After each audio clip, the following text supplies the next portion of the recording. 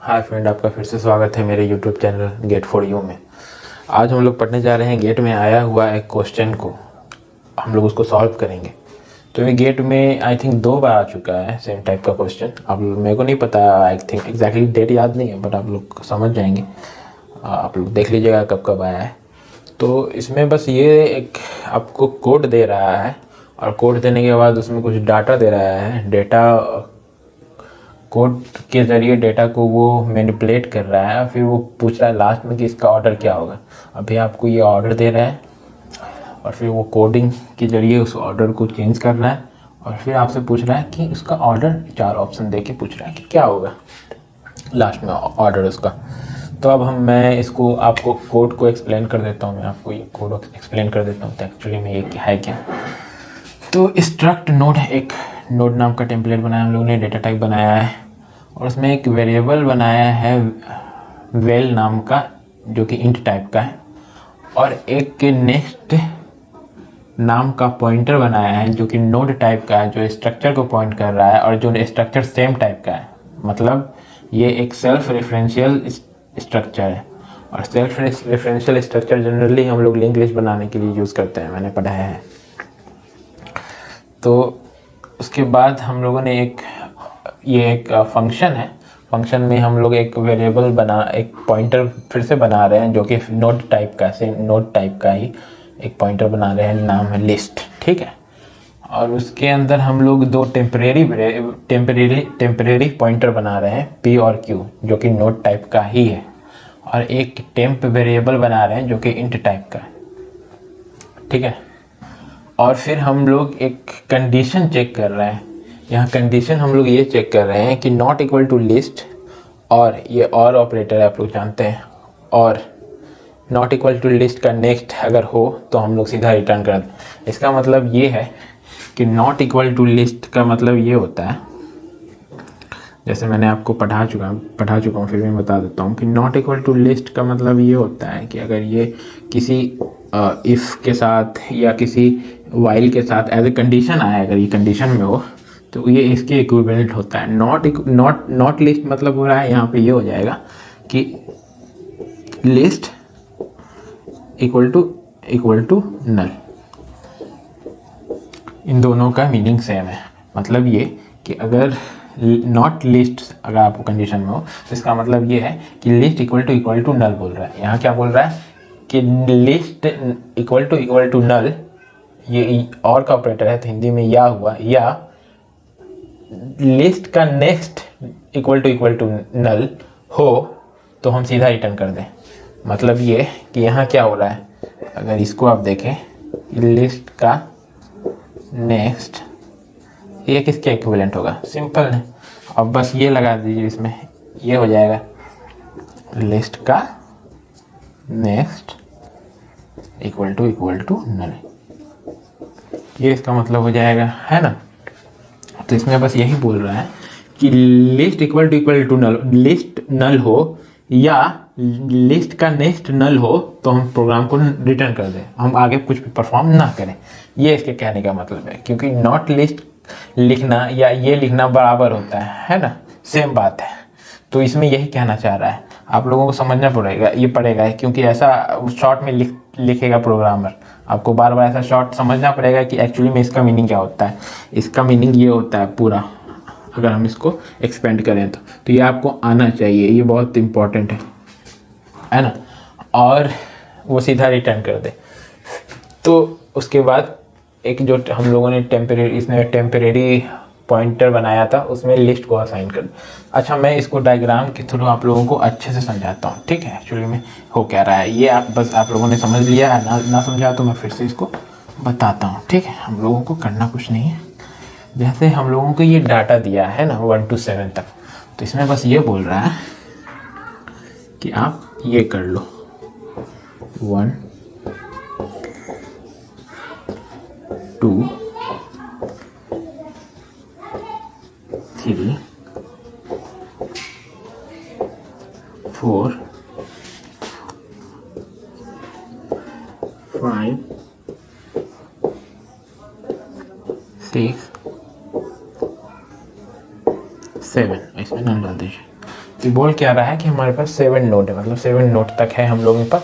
इसका हम लोग कुछ एड्रेस रख लेते हैं प्रोग्राम को बनाने के क्या कहते हैं, सहूलियत के लिए, इससे आसानी होगी हम लोगों को, और कुछ नहीं। आप ना भी रखें तो भी प्रोग्राम बन जाएगा, ठीक है। और इसमें प्रोग्राम में एक लिस्ट बना रहा है, और लिस्ट का क्या मतलब हो रहा है यहाँ पे कि वो पहला हमारा नोड का एड्रेस कंटेंट करेगा, उसको पॉइंट करेगा। ये हमारा लिस्ट है।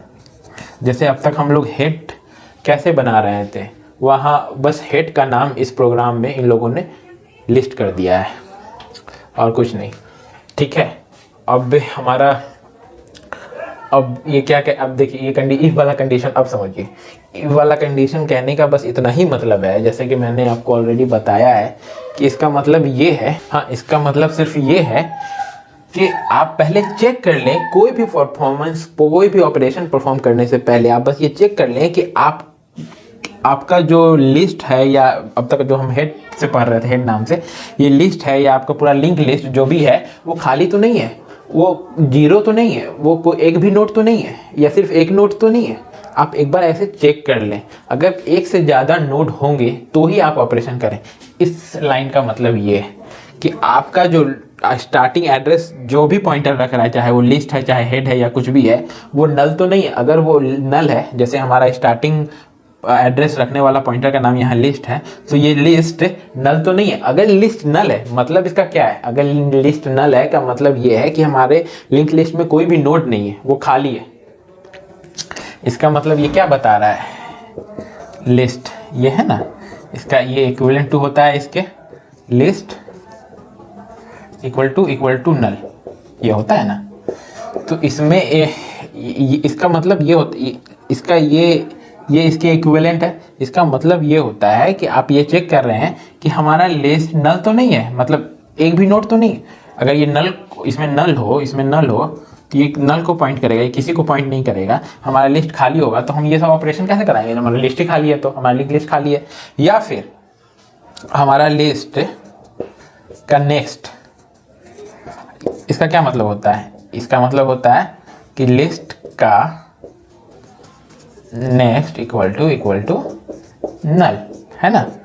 तो हमारे लिस्ट का नेक्स्ट, तो हमारा लिस्ट अगर मान लीजिए इसको पॉइंट कर रहा है, अभी मान के चलते भी हैं हम लोग 10 को पॉइंट कर रहा है, तो इसका नेक्स्ट अगर नल है और कुछ भी नहीं है, ये इसको पॉइंट नहीं कर रहा है, मतलब सिर्फ एक नोड है, एक नोड पे आप क्या परफॉर्मेंस कर सकते हैं, कुछ नहीं, तो सिंपली रिटर्न हो जाएगा हमारा प्रोग्राम। यही कहने का मतलब है कि अगर एक नोड हो या जीरो नोड हो, मतलब खाली हो, तो कोई भी ऑपरेशन ना करें, रिटर्न कर दें। अगर ज़्यादा हो तो ही करें। तो एक बार ये कंडीशन चेक करना ज़रूरी है, ठीक है। बस इस लाइन का यही मतलब है, ठीक है। तो अब हम लोग सबको पहले जैसा कर देते हैं, है ना। ये 20 को पॉइंट कर रहा था ना, चलिए ठीक है। तो अब हम लोग ये लाइन समझ गए हैं। अब क्या है, जो हमारा टेम्परेरी पॉइंटर बना था पी में लिस्ट का वैल्यू आ जाए, तो एक पी बना देते हैं हम लोग, इसमें भी 10 आ जाएगा और ये इसको पॉइंट करने लगेगा। अब क्या कह रहा है, क्यू लिस्ट का नेक्स्ट को पॉइंट करे, ठीक है। क्यू एक और टेम्परेरी पॉइंटर है हमारा, यहाँ पे हम लोग इसने बनाया है, और वो क्यू क्या कह रहा है, लिस्ट का नेक्स्ट कितना है, लिस्ट 10 है, नेक्स्ट उसका 20 है, तो 20 को पॉइंट करें, 20 आ जाए, ठीक है। इतना तक तो हो गया हमारा।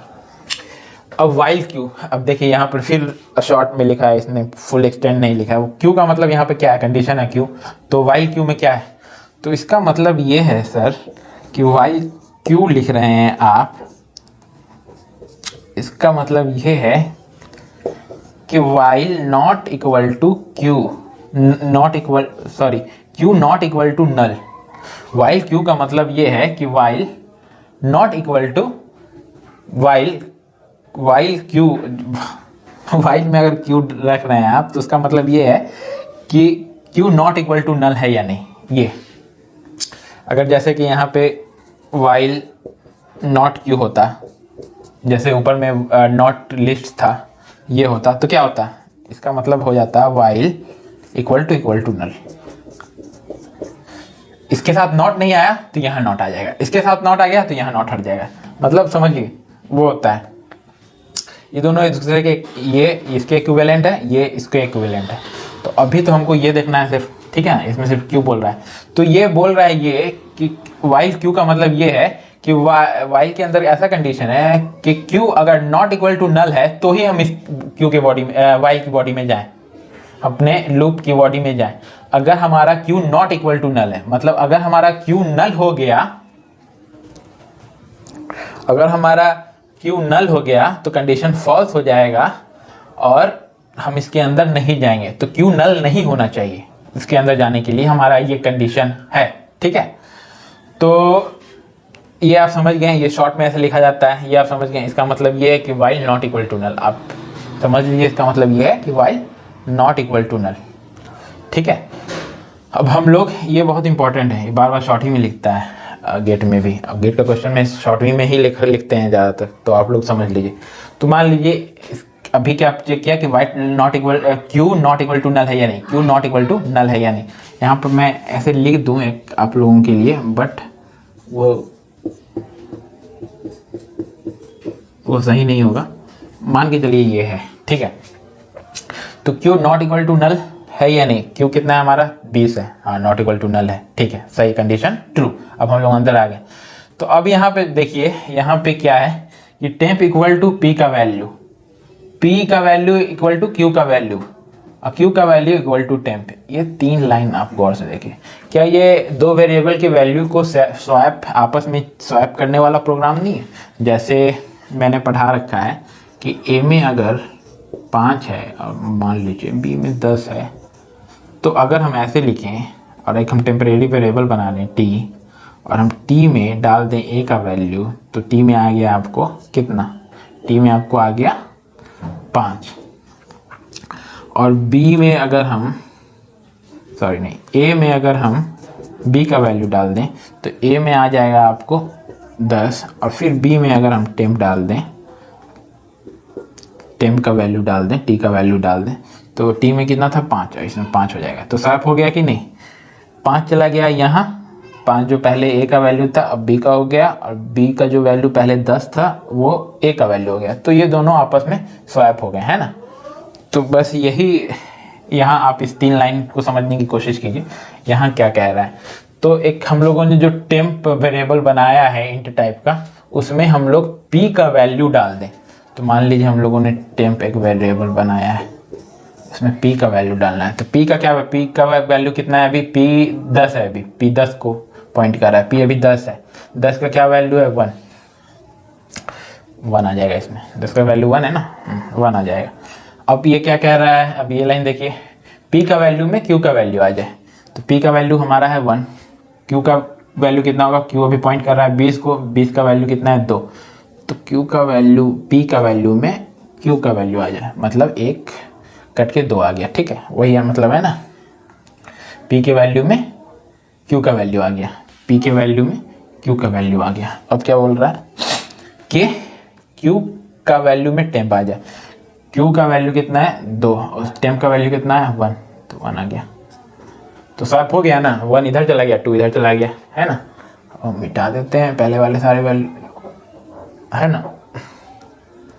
इसको मैं बड़ा ले देता हूँ, इसको भी मैं बड़ा ले देता हूँ, ठीक है ना।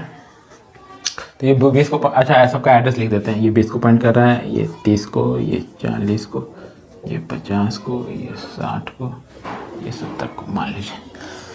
तो अब ऐसे स्वैप हो गया, वही मैंने स्वैप वाला बताया। स्वैप, ये तीनों लाइन स्वैप करने के यूज में आ रहा है, पी और क्यू का वैल्यू, ठीक है, हो गया। अब आगे देखते हैं ये वाला लाइन, इसमें क्या बोल रहा है, पी में पी का नेक्स्ट चला जाए। पी हमारा कितना है अभी 10, पी का नेक्स्ट नहीं जाए, चला जाए क्यू का नेक्स्ट, सॉरी मैं बार बार मिस्टेक करता हूँ। अब यहाँ देखिए, पी में क्यू का नेक्स्ट चला जाए।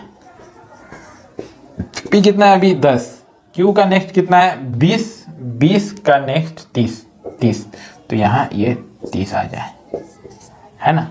तो पी में, सिंपल सी चीज को मैंने इतना समझाया, तो पी में 30 आ जाए। अब पी किसको पॉइंट करने लगेगा, इसको। अब ये इसको पॉइंट नहीं करेगा एनी मोर, ठीक है। अभी इसको पॉइंट करने लगा 30 को। अब क्या बोल रहा है ये लाइन देखिए, इसमें टर्नरी ऑपरेटर का यूज हुआ है। इसमें बोल रहा है ये कि Q इक्वल टू P और P का नेक्स्ट और 0। मतलब ये है कि P अगर नॉट नल है, सिर्फ P लिखने का क्या मतलब होता है, P लिखने का मतलब होता है P not equal to null, है ना, एज ए कंडीशन ये भी यूज हुआ है, ठीक है। P लिखने का सिर्फ मतलब होता है कि P not equal to null, है ना। तो इसका मतलब ये है कि P अगर नॉट इक्वल टू नल है तो ये वाला वैल्यू असाइन हो P Q में, अदरवाइज 0 असाइन हो। अगर P not equal to null है तो P का नेक्स्ट Q में असाइन हो, या अगर P नल हो गया तो 0 Q में असाइन हो। मतलब समझ रहे हैं, इसका मतलब ये है कि P अगर नल है तो 0 असाइन हो, और P नल नहीं है तो P का नेक्स्ट जो भी है वो Q में असाइन हो। तो यहाँ P क्या है, P 30 है, P 30 है ना, मिटा देता हूँ, P 30 है, तो P नल तो नहीं है, तो ये वाला असाइन होगा Q में, जो भी P का नेक्स्ट होगा वो Q में असाइन हो जाएगा। तो P का नेक्स्ट कितना है, P अभी 30 है, 30 का नेक्स्ट कितना है 40, तो इसमें 40 आ जाएगा। मतलब ये हो जाएगा आपको Q में अब 40 आ जाएगा, तो Q जो हो जाएगा हमारा 40 हो जाएगा, और इसको 40 को पॉइंट करने लगा, ठीक है। बस ये इसका मतलब ये है। और फिर से चेक होगा कि Q हमारा नल है कि नहीं, Q not equal to null है कि नहीं। हाँ, Q not equal to null है, कंडीशन ट्रू हो गया। फिर से सारी ये तीनों लाइन चलेगी। तीनों लाइन का मतलब क्या है, फिर Q और P का जो भी वैल्यू है वो स्वैप हो जाएगा। तो इसमें 4 कर दीजिए, इसमें 3 कर दीजिए, है ना। फिर P में Q का नेक्स्ट आ जाएगा। तो Q का नेक्स्ट अभी कितना 40 है, तो इसमें 50 आ जाएगा। अब ये किसको पॉइंट करेगा, सीधा 50 यहाँ, ठीक है। और फिर से ये चेक करेगा कि P नल है, P नल नहीं है, तो P में P का नेक्स्ट आ जाए। P कितना है अभी 50, P का नेक्स्ट हो जाएगा 60, तो इसमें क्या आ जाए, फिर से Q में अब आ जाए 60, भाई इसको पॉइंट करने लगे, ठीक है भाई। फिर से चेक करें, अभी भी खत्म हो गया, फिर से चेक करेगा Q हमारा नल है कि नहीं। Q नल नहीं है, Q तो 60 है, तो फिर से अब स्वैप होगा इन दोनों का वैल्यू। तो इसमें 6 आ जाएगा, इसमें 5 आ जाएगा, ठीक है। और फिर P में Q का नेक्स्ट आ जाएगा। Q का नेक्स्ट कितना है, Q है 60, Q का नेक्स्ट हो जाएगा आपको 70। अब ये किसको पॉइंट करेगा भाई, अब ये पॉइंट करेगा इसको, ठीक है। अब क्या चेक करेगा कि P नल है कि नहीं। P तो नल नहीं है, P 70 है, तो Q में P का नेक्स्ट आ जाए, Q में P का नेक्स्ट आ जाए, ठीक है। तो P अभी है 70, P का नेक्स्ट क्या है, नल है, तो इसमें क्या आ जाएगा, नल आ जाएगा। फिर से कंडीशन चेक करेंगे। अब देखिए कंडीशन क्या बोल रहा है कि Q not equal to null होना चाहिए, तब ये सब चलाओ, बट यहाँ तो Q नल हो गया, Q अब नल हो गया ना, कंडीशन फॉल्स, अब अंदर नहीं जाएगा, रिटर्न कर देगा, जो भी हमारा सीरीज है वो प्रिंट कर जाएगा। तो क्या है, 2 2 1 4 3 6 5 7, क्या होगा 2 1 4 3 6 5 7 हमारा बी आंसर। अगर आपको एक बार में समझ नहीं आया है तो 2-3 बार देखें।